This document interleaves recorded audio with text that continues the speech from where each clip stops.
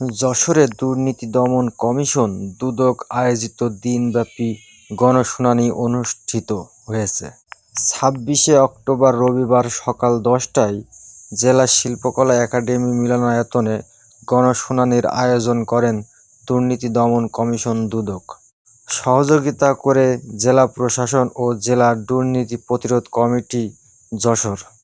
প্রধান অতিথি ছিলেন দুদক চেয়ারম্যান ডক্টর মোহাম্মদ আব্দুল মোমেন। বিশেষ অতিথি হিসেবে উপস্থিত ছিলেন দুদক কমিশনার তদন্ত মিয়া মোহাম্মদ আলী আকবর আজিজি, দুদক মহাপরিচালক আক্তার হোসেন, খুলনা বিভাগীয় পরিচালক জালাল উদ্দিন আহমেদ এবং জনাব রওনক জাহান, পুলিশ সুপার যশোর উপস্থিত ছিলেন।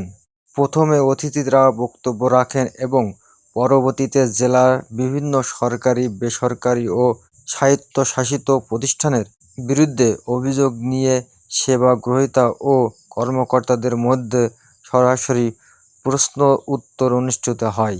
শুনানিতে অভিযোগকারীরা ঘুষ, অনিয়ম ও দুর্নীতির নানা অভিযোগ তুলে ধরেন, আর সংশ্লিষ্ট দপ্তরের প্রতিনিধিরা সেগুলো ব্যাখ্যা দেন। প্রধান অতিথির বক্তব্য দুদক চেয়ারম্যান ডক্টর আব্দুল মোমেন বলেন, একমাত্র দুদক দুর্নীতি নির্মূল করতে পারবে না। জনগণের অংশগ্রহণ বাড়লে মাত্রা অনেকটা কমানো সম্ভব।